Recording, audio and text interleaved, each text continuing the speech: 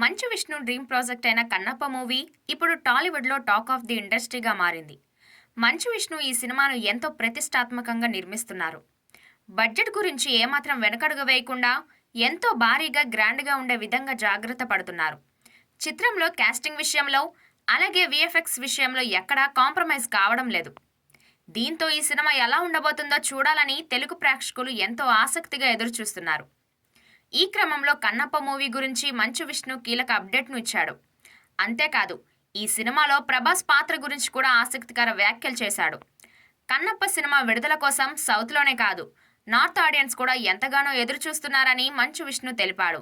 ఈ cinema shooting దాదాపు 60% పూర్తయిందని, త్వరలోనే మిగతా పార్ట్ షూటింగ్ కంప్లీట్ చేస్తామని తెలిపాడు. ఈ ఏడాది చివర్లో ఈ సినిమాను ప్రేక్షకుల ముందుకు తీసుకొచ్చేందుకు ఎంతగానో ప్రయత్నిస్తున్నామని తెలిపాడు. త్వరలోనే కన్నప్ప గ్లింప్స్ను కూడా విడుదల చేస్తామని మంచు విష్ణు తెలిపాడు.